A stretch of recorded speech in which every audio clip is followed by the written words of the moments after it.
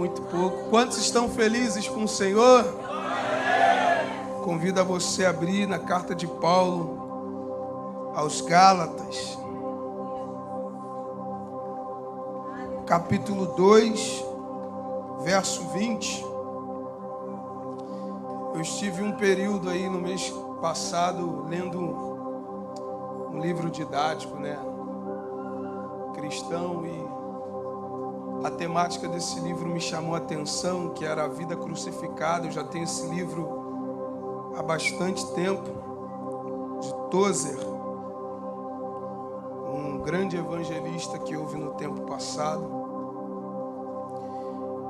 E após essa leitura, surgiu um desejo no meu coração de compartilhar a vocês essa dinâmica da vida crucificada. E como hoje é o culto de ceia, nada melhor do que falar de cruz, falar de Jesus, falar do sangue de Jesus, falar do que Ele fez, falar da causa de nós estarmos aqui, foi o que Ele fez. Pode só abaixar um pouquinho do pad aí, só abaixar um pouquinho. Capítulo 2 da carta de Paulo aos Gálatas, versículo 20, diz assim: já estou crucificado com Cristo, e vivo não mais eu, mas Cristo vive em mim. E a vida que agora vivo na carne, peço a você que preste bastante atenção nesse versículo, que a gente vai discorrer a partir desse versículo. Vou repetir novamente: já estou crucificado com Cristo, e vivo não mais eu, Cristo vive em mim. E a vida que agora vivo na carne,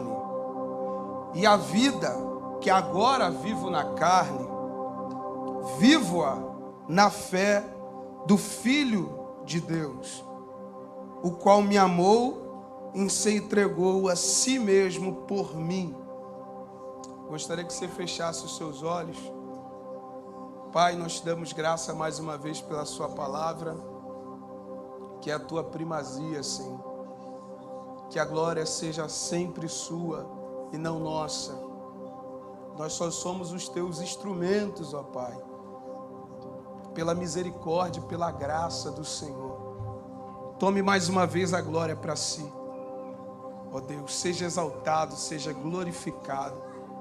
Que todo eu, todo ego venha apagar, ó Deus, e somente transparecer aquilo que é proveitoso do Senhor para as nossas vidas.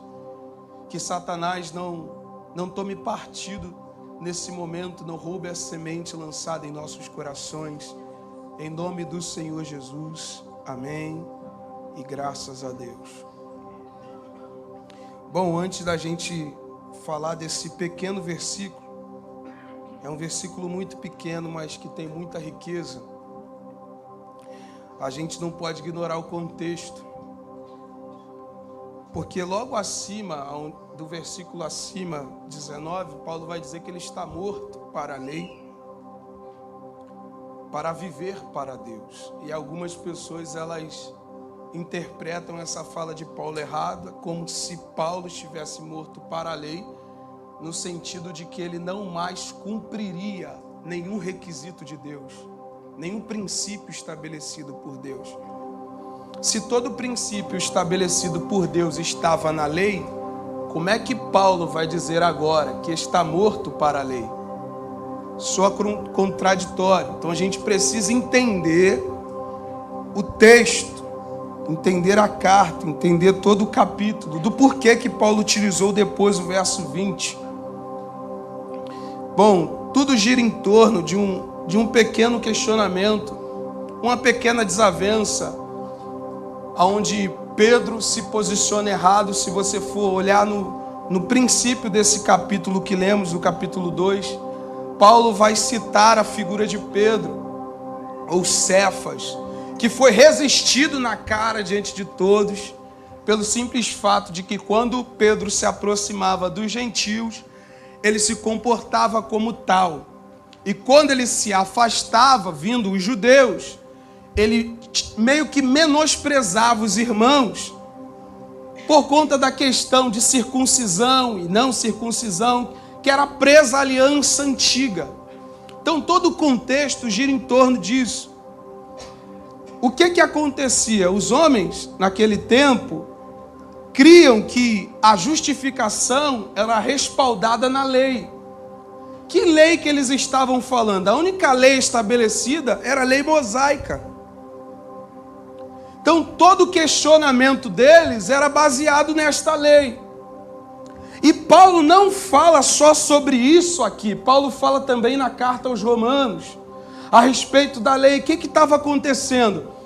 Os judeus, às vezes até convertidos, eles chegavam até os gentios convertidos também e exigiam deles um posicionamento referente à lei com teor de justificação, aonde a justificação estava respaldada na lei, cumprindo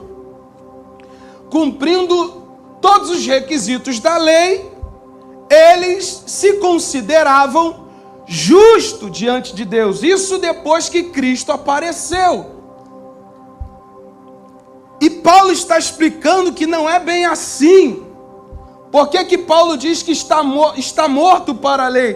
Porque agora Paulo não está debaixo da lei, com o teor de justificação da sua vida.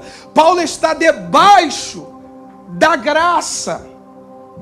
Paulo está discutindo esse assunto e deixando claro para eles que a justificação nada mais nada menos vem na pessoa de Jesus, que através de Jesus veio a graça. Por isso que Paulo utiliza essa linguagem para eles. Mas nós precisamos entender que a lei, ela não é ruim. Você vai ver que Paulo em Romanos capítulo 7, se você ler Romanos 7 todo, Paulo vai dizer que a lei é boa, que o mandamento é santo e bom, mas ele é vendido sob o pecado. Paulo aqui não está resistindo à lei ou dizendo que ele não cumpriria a lei, simplesmente que ele não estava debaixo da lei, mas debaixo da graça. Todos entendem? Todos entendem, irmãos? E para a gente poder explicar, a gente vai ter que olhar um pouco para a carta de Paulo aos Romanos. Porque em Romanos capítulo 7, talvez alguém fale, não, ele disse que está morto para a lei e não vive sem lei. Como? Se pela lei veio o pleno conhecimento do pecado, e Paulo em Romanos capítulo 7 vai dizer que ele não conheceu sobre concupiscência sem que ele tivesse visto na lei, não cobiçarás. E quando ele se depara com a lei, ele foi morto. Morto em que sentido? Que olhando para a lei, não havia como ele se justificar. Você está aqui, irmão? Porque por isso que em Romanos capítulo 3, verso 20, Paulo vai dizer que pela lei vem o pleno conhecimento do pecado. E o texto todo vai falar logo disso. Por isso que nenhuma carne pode ser justificada perante Deus, perante a lei de Deus, porque na lei vem o pleno conhecimento do pecado, ou seja, o homem caiu, pecou e não conseguia dar uma resposta para Deus na totalidade. Por isso Paulo disse, eu estou morto para a lei, porque se eu vivo segundo a lei, a minha justificação está respaldada na lei.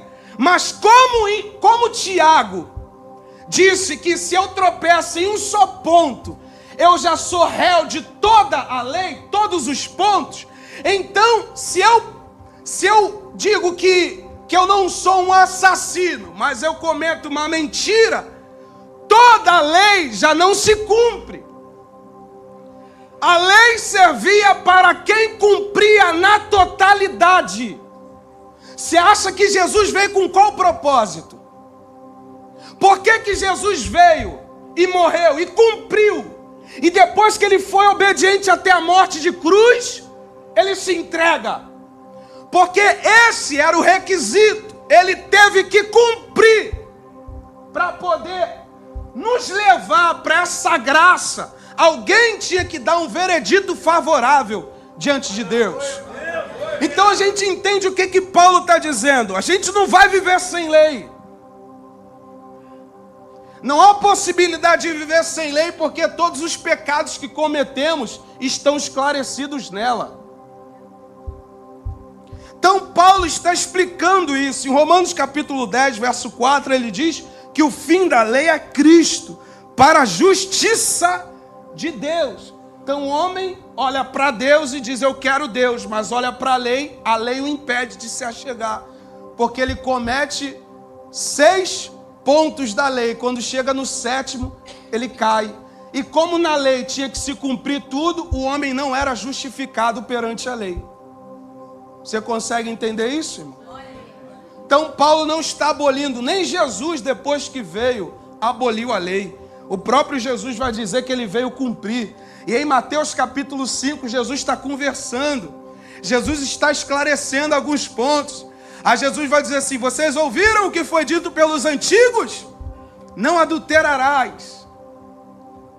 Quem lembra dessa fala de Jesus? Só que Jesus vem logo no contraponto. Eu, porém, eu quem? Ih, tá todo mundo dormindo. Eu quem? Isso aí, Jesus, não é o Miqueias, não. Eu, porém, vos digo, qualquer que se atentar para uma mulher, já em seu coração... Ué, mas adultério está escrito aonde? Aonde está escrito adultério? Na lei. Como é que Jesus aboliu a lei? Se ele disse que se eu olhar, se eu achava que adultério era pesado só para quem fosse pego no ato, imagina aquele que consegue olhar e adulterar no coração. O que é pior? Ser pego no flagra como um adúltero ou ser pego no olhar diante de Deus? O segundo ponto é o pior, né? Ou é razoável? A graça veio para deixar todo mundo light, né? Não? Então Jesus eleva o nível. Se na lei o homem era pego no ato, na graça, se ele olhar, ele já comete. Tem alguma coisa errada aí? Ou a gente está viajando na maionese? Então, ele traz esse entendimento. Ele está morto para a lei nos quesitos dele estar debaixo da lei. Ele não é mais justificado perante a lei. Porque perante a lei nenhum homem conseguiria, nenhuma carne se salvaria perante Deus, porque o homem não consegue dar uma resposta para Deus na totalidade na lei. Por isso que Paulo utiliza essa fala. Aí em Gálatas capítulo 3, a partir do verso 23, o próprio Paulo vai dizer que a lei servia de aio, tutela, melhor dizendo, apontando para uma fé que se haveria de manifestar. Ali vai dizer que depois que a fé veio, nós já não estamos mais debaixo de aio. Depois que a fé se manifestou, agora é tudo pela fé no Filho de Deus. Antes, a tutela, a lei era o nosso guia. Agora é Cristo. Olhe para a lei, se sinta incapaz de cumpri-la. Esteja triste, angustiado, mas você tem o escape. Olhe para quem pisou na terra e foi capaz de ponta a ponta cumprir a lei. Aleluia. E dizer para o homem, entra no templo através de mim. Por isso ele escreve em Romanos capítulo 5, sendo pois justificados pela fé em Cristo Jesus, temos paz. Temos paz com Deus. Ei, a paz com Deus não vem pelo teu sacrifício multiplicado. A paz com Deus não vem pelo tanto de sacrifício, penitência que você fizer. A paz com Deus não veio pelo tanto de glória a Deus que você dá.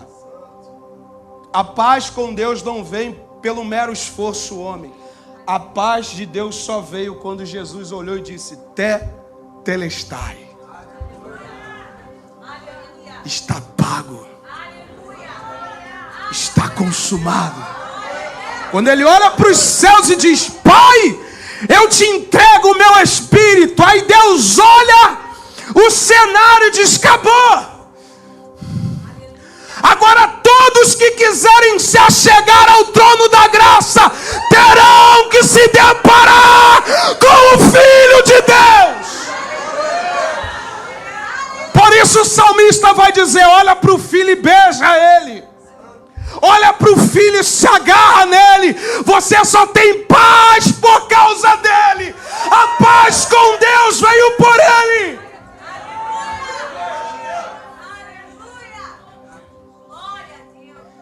Aleluia. Aleluia. Você acha que 2 horas de glória a Deus na igreja traz paz com Deus? Não. Você tem que olhar para o Calvário. Não há nenhum sacrifício comparado ao dele. A gente só adora e se alegra com o que Jesus fez. Por isso que quando Deus olha para a gente, olha para o Filho dele. Você viu o que Jesus explicou? Bode de um lado, ovelhas do outro. Aí de repente vê as ovelhas. Aí ele disse: olha, vinde bendito, entra, acessa. Quando eu tive fome, você já sabe a história. Aí as ovelhinhas vão perguntar para ele: quando é que te vimos com fome? Você está aqui, irmãos? Quando é que te vimos com fome? Todas as vezes que você fizer com estes pequeninos, você fará por mim. Quer fazer por Jesus? Olha para o lado. Isso, olha para o teu lado. Você quer fazer por Jesus? É só você olhar para o lado.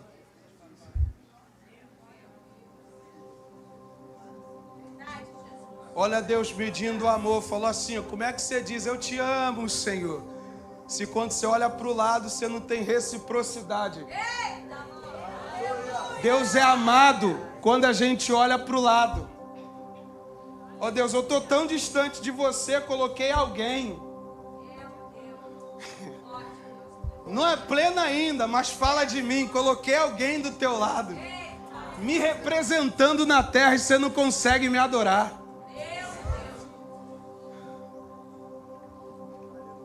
Glória a Deus, irmãos. Então Paulo explica: nós estamos debaixo da graça, mas a graça não é de graça e barata, mamão com açúcar. Mas alguns homens do século 21 têm transtornado a graça de Deus. É a graça dos ursinhos carinhosos, né? Tudo é pela graça, ele me ama, aí eu zoo o plantão. Aí eu tenho que chegar: vem meu filho, tem anelzinho para colocar no seu dedo, tem um cordeirinho ali assado. Todo mundo quer ser esse filho pródigo voltando para casa, né? Mas ninguém quer ser um pai que ama um filho e vê o filho se distanciando, caindo na promiscuidade, caindo na bebedice, caindo nas drogas, na promiscuidade, prostituição, avareza. Ninguém quer ser o pai que chora, mas só o filho que vem para ser recebido. Só tem peso para a gente que se suja, mas não tem peso para dar para Deus uma resposta em arrependimento. Então Paulo está explicando: olha, a graça está aí. E nós estamos aqui por causa da graça. Aí Paulo vai e entra: já estou crucificado com Cristo. E essa fala, estou crucificado com Cristo, ela consiste em alguém que é colocado na cruz na companhia de outro. Quando ele diz que eu estou crucificado, ele diz: eu estou na mesma cruz. Eu estou na companhia de Cristo, na cruz do Calvário. Por isso ele diz: eu estou crucificado com. Ele está com Cristo, ao lado de Cristo, crucificado com Ele. Eu fiquei me questionando o que esse homem viu de tão importante na cruz para dizer: eu estava lá, eu estou lá. Que tanta coisa importante tinha para Paulo dizer: eu estou na cruz. E parece que hoje falar de cruz é ofender os cristãos. Porque o cristão, depois que ele desliza, ele tem veracidade para tudo. Ele só não tem veracidade para bater no peito e carregar a cruz nas costas. Aí a gente fala de um Cristo que morreu e fala: nós estamos lá pregado. As pessoas se sentem ofendidas por a gente falar que existe cruz para nós. E Paulo diz: eu estou lá. O que Paulo está querendo dizer? A minha vida é fruto do Calvário. O que eu vivo hoje é fruto do Calvário. O que eu vivo hoje é fruto do Gólgota. É fruto de alguém que estava com uma coroa de espinhos na cabeça. É fruto de alguém que teve pregos colocados em suas mãos e seus pés. Não tem como eu não olhar para essa cruz e não me ver lá. Aleluia. Aleluia. Glória a Deus. Aleluia. Aleluia. Por que alguns cristãos do século 21 querem fugir da cruz? Porque a cruz traz alguma coisa. A cruz traz alguns arranhões. As pessoas querem o Jesus que morreu, ou melhor, o Jesus que ao terceiro dia ressuscita e traz vida, mas não quer o Jesus que ficou morto por 3 dias. Só resta o Jesus depois que reviveu, mas o Jesus que morreu a gente não quer. Não estou falando que existem 2 Jesus, mas estou falando de 2 efeitos. A vida na cruz trouxe 2 efeitos para nós: na morte e na vida. Eu só posso desfrutar da vida quando eu entendo o valor da morte. É aí que os cristãos no século 21 se enganam. Porque quando eu olho para a cruz, eu vejo que alguém morreu. E essa ira que eu tenho já não presta mais. Por que alguns querem viver fora da cruz? Porque tem que morrer a ira, tem que morrer a mentira, tem que morrer o engano, o fingimento, tem que morrer a malícia, a maldade, tem que morrer aquele caráter usurpador, quando vê, mete a mão e pega para si o que não é seu. Ninguém quer olhar para a cruz e ver o efeito da morte. Eles só querem a vida que Jesus trouxe. Eu só quero a vida que Jesus trouxe, mas eu não quero o efeito da morte. Aleluia. Para se apossar da vida, eu tenho que entender que na morte aconteceu alguma coisa. Aí o cristão quer desfrutar da vida com o mesmo caráter. A pessoa, tanto homem quanto mulher, quer viver uma vida em novidade. Como? Com o mesmo caráter. Se eu vivo com o mesmo caráter, eu não entendi que alguma coisa mudou em mim. Na cruz, a gente se rende. Glória a Deus. Aleluia.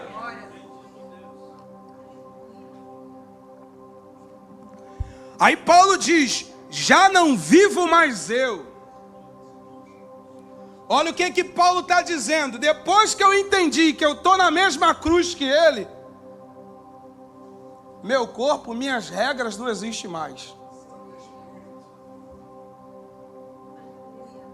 Não se trata de mim. É tudo sobre ele. Eu não tenho mais vontade própria. Meu corpo não pertence mais a mim. A ótica da vida já não pertence mais a mim, é a partir dele. eu só vivo por causa dele. Eu só estou aqui por causa dele.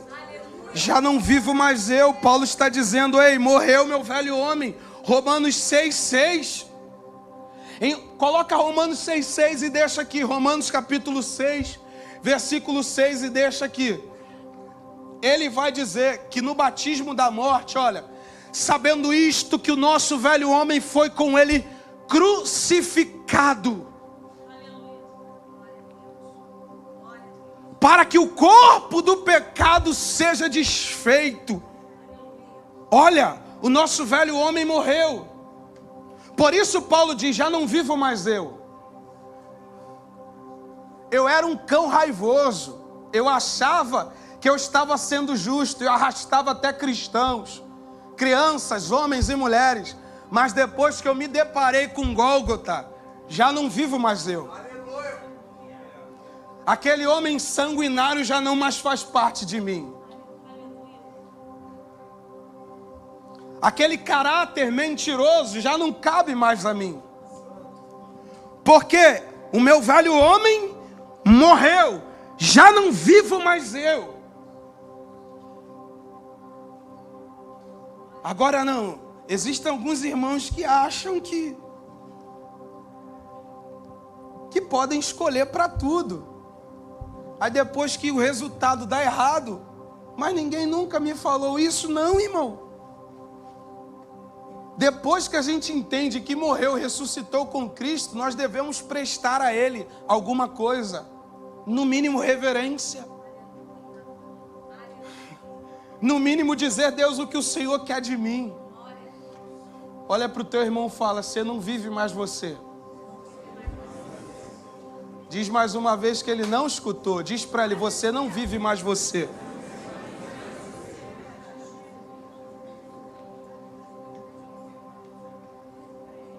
Não vivo mais eu. Não se trata de mim. Não é sobre o que eu penso. Não é sobre o que eu desejo. Não é sobre a minha vontade. Aleluia! Glória a Deus. Ei, se nós somos filhos de Deus, nós temos disciplina. Deus não tem filhos indisciplinados. Se estás sem disciplina, olha, se estás sem disciplina, depois você olha o texto, Deus não tem filhos indisciplinados.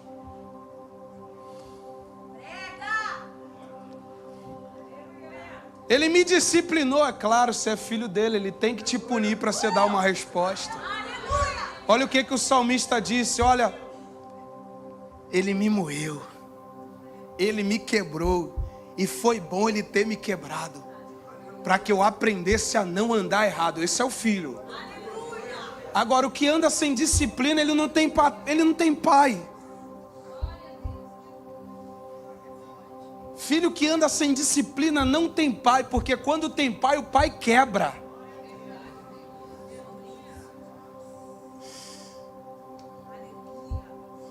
Se é filho e está andando indisciplinado, Deus já está te dando um alerta. Um dia ele te traz quebrado, mas ele te traz. Eu tive o prazer e a satisfação, o privilégio. Eu acho que é privilégio. Depois que o rapaz disse, foi-me bom ter sido afligido para que eu aprendesse a não andar errado. Eu vi um homem de cadeira de roda, irmão, pregando o evangelho. Eu estava novo, 2012 isso. Lá na época da primeira igreja, lá do outro lado. Ele falou assim, aquela frase, parecia que... Já viu quando alguém diz algo da parte de Deus do púlpito? Hoje calhou de ser eu aqui em cima, mas misericórdia, não se trata de mim. Mas você já viu quando alguém está ali e fala, pum, e aquilo vem como uma flecha? Foi aquele dia.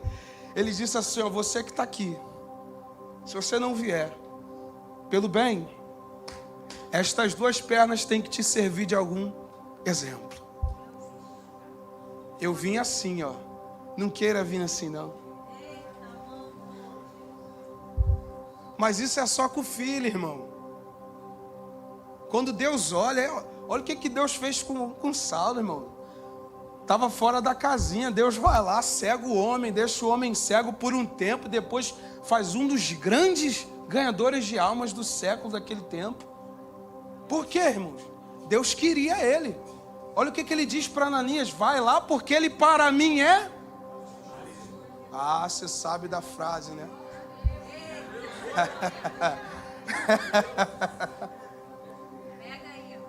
Fulano, esquenta não. Se é vaso escolhido, ele faz cair do cavalo, irmão. Ih, deixa. Quando ele estendeu o fio de medir, já era, irmão. Já era. Deus vai te colocar enquadrado. É tipo a blitz. O cara sabe que está andando errado, mas tenta dar umas fugidas. Mas tem hora que eles cercam de todos os lados. Tem hora que ninguém consegue dar a notícia. Tem blitz ali. Não vai voado, não. Quando ele vai, ele se depara. Meu Deus do céu. Não, é Deus do céu mesmo. Tem que ser Deus do céu, irmão. Ou você quer o diabo? É, pegou a palavra? É.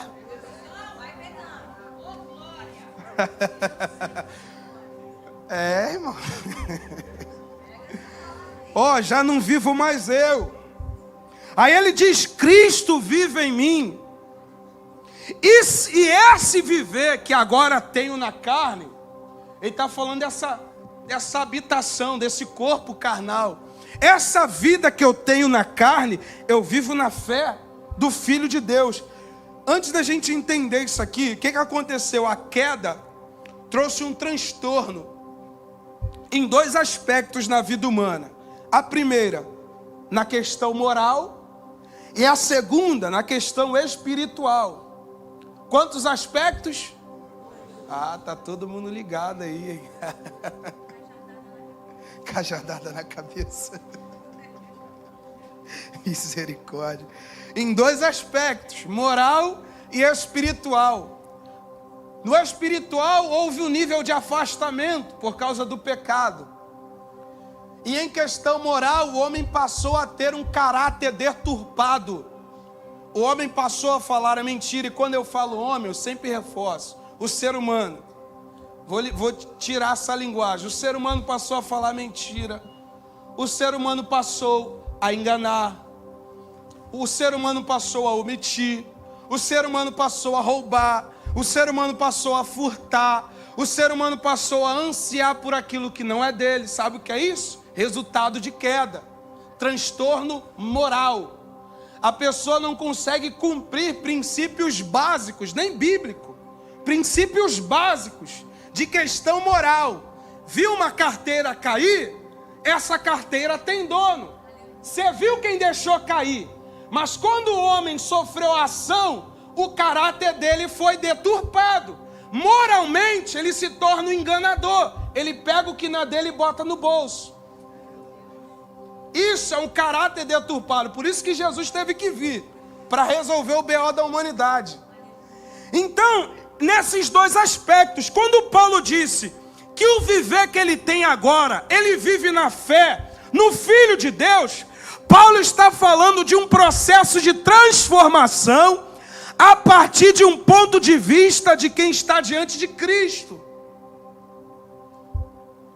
Vou repetir novamente. Paulo está falando de um processo de transformação a partir de um ponto de vista de quem está diante de Cristo. Por isso que ele diz: olha, agora essa vida que tenho na carne, vivo na fé no Filho de Deus. Paulo está falando de um processo de transformação.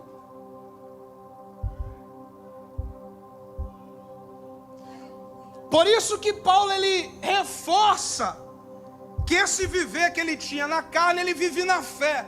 Então Paulo está falando de todo o teor de carne, todo o contexto da carne moral que ele tinha.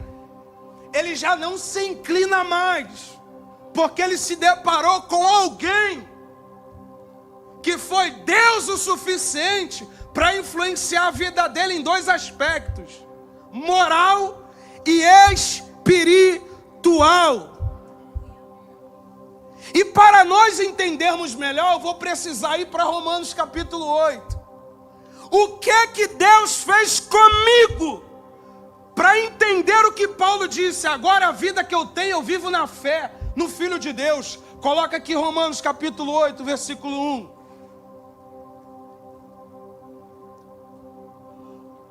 Portanto, agora nenhuma condenação há para os que estão em Cristo Jesus, que não andam, mas segundo o... Olha só isso, irmão. Você precisa entender. Paulo disse que ele não vive na carne como ele vivia antes. Certo? Ele não vive na carne como ele vivia antes. A vida que ele tem na carne é a partir da perspectiva que ele tem de Cristo. E em Romanos capítulo 8, ele diz que aqueles que estão em Cristo já não andam segundo a carne. Ele está falando de uma natureza caída. Mas a ótica de quem agora vive em Cristo é segundo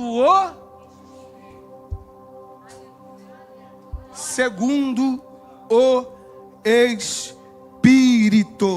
Paulo está dizendo que a vida que ele tem agora, depois dele ter vivido novamente, tem um condutor. Olha para o teu irmão e fala: existe um condutor. Paulo agora está falando de uma vida conduzida pelo Espírito.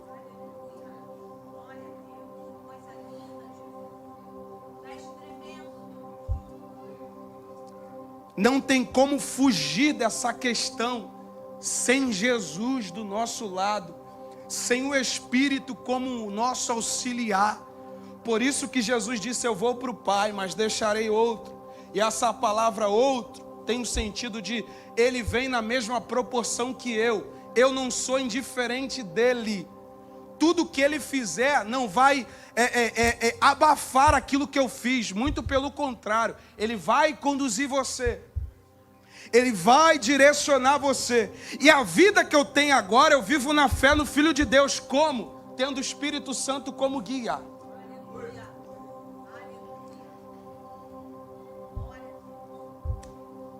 Você está aqui?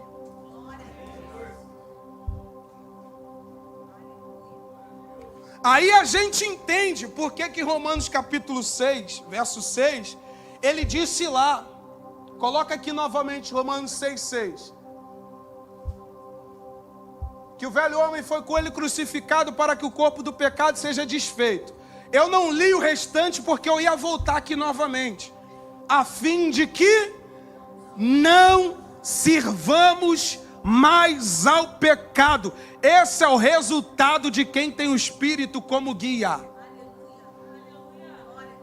Depois que você morreu e viveu a partir da cruz, e o Espírito te direcionou, você não é mais escravo do pecado.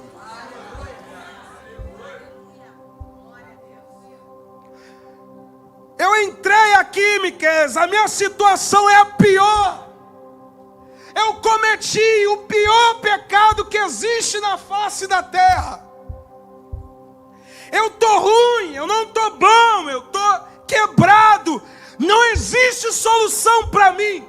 É claro, enquanto você olhar para você, você não vai ver solução.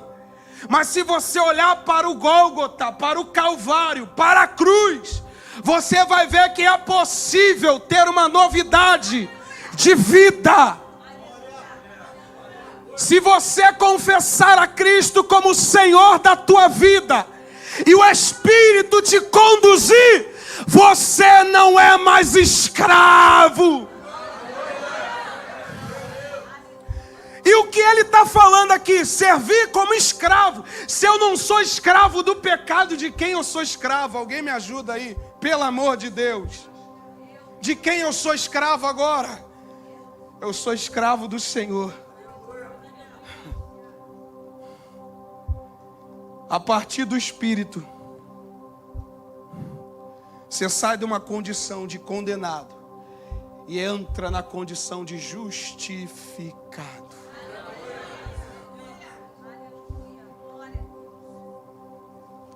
Ele morreu por você. O sangue dele foi derramado por você. Você pode ser boca de Deus para alguém dizer isso? O sangue dele foi por você.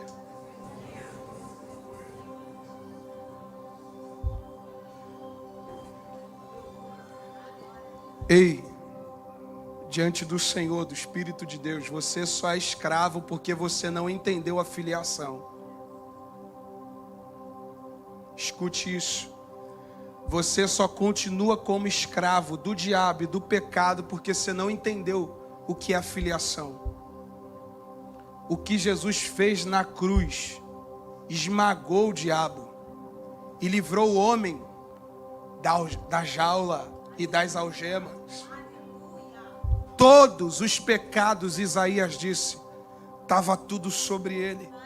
Adultério, às vezes a gente tem que desenhar pecado, mentira, adultério, cobiça, homicídio, malícia, tudo sobre ele no Calvário. E Deus se agradou em moê-lo, em o fazê-lo enfermar. As mãos de Deus, do Pai, estavam sobre o Filho, e o Filho suportou tudo por nós. Éramos para eu e você estarmos lá, mas Jesus entrou na frente.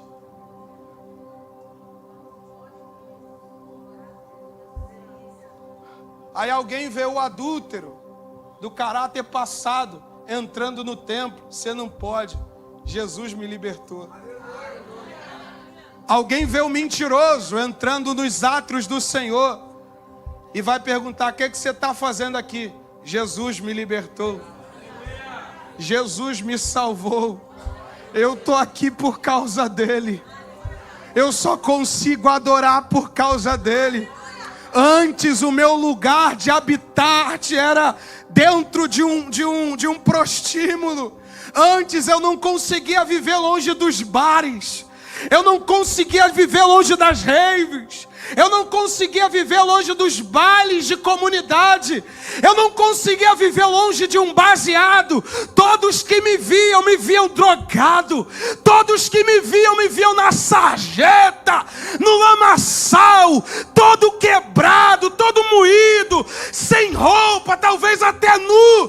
Todos que me viam nu, sujo. Mas quando eu olhei para ele, ele passou e mandou: passem nos becos, passem nas vielas, já que aqueles que foram convidados não vêm, vai aonde ninguém me conhece. Aí ele passa, vê o homem todo quebrado.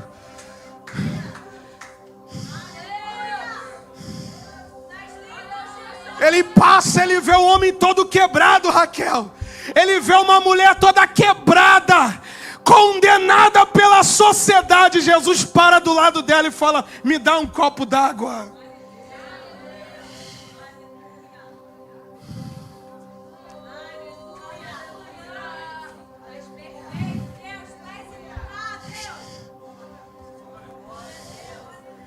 Ele passou, ele olhou, olha só.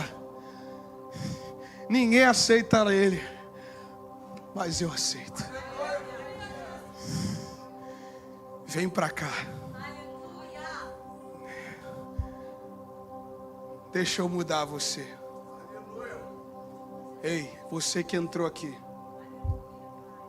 e essa mensagem tocou o teu coração, o Espírito te trouxe aqui para te dizer: chega dessa vida. Eu morri por tua causa. E eu só vivi para que você tivesse novidade de vida. Mas eu sou um adúltero. Eu sou um fornicador, uma fornicadora. Eu estou ainda na bebedice. Eu sou viciado, escravo do cigarro. Eu sou escravo das drogas. Eu sou escravo, ó Pai, das bolotas dos porcos dessa vida, da malícia, do engano. Eu não vejo saída, mas o Gólgota construiu uma saída.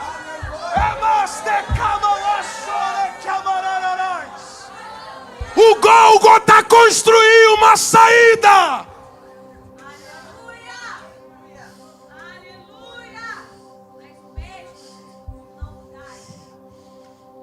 Aleluia. Aleluia. Aleluia. Você nem tinha nascido homem. Você nem tinha nascido mulher.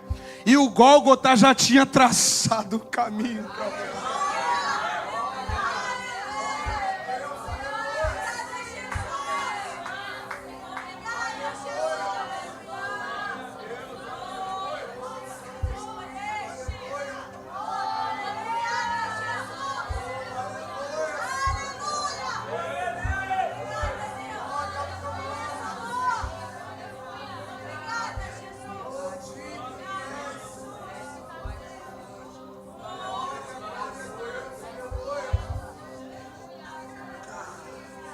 Você não entende a tua condição, mas se você olhar para o Gólgota, você vai ver uma saída.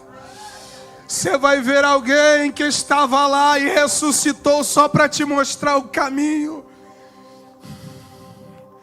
Você pode se colocar em pé. Eu acho que nem vai precisar fazer convite. Você entrou aqui, sabe que está distante. Vem logo se reconciliar, meu filho.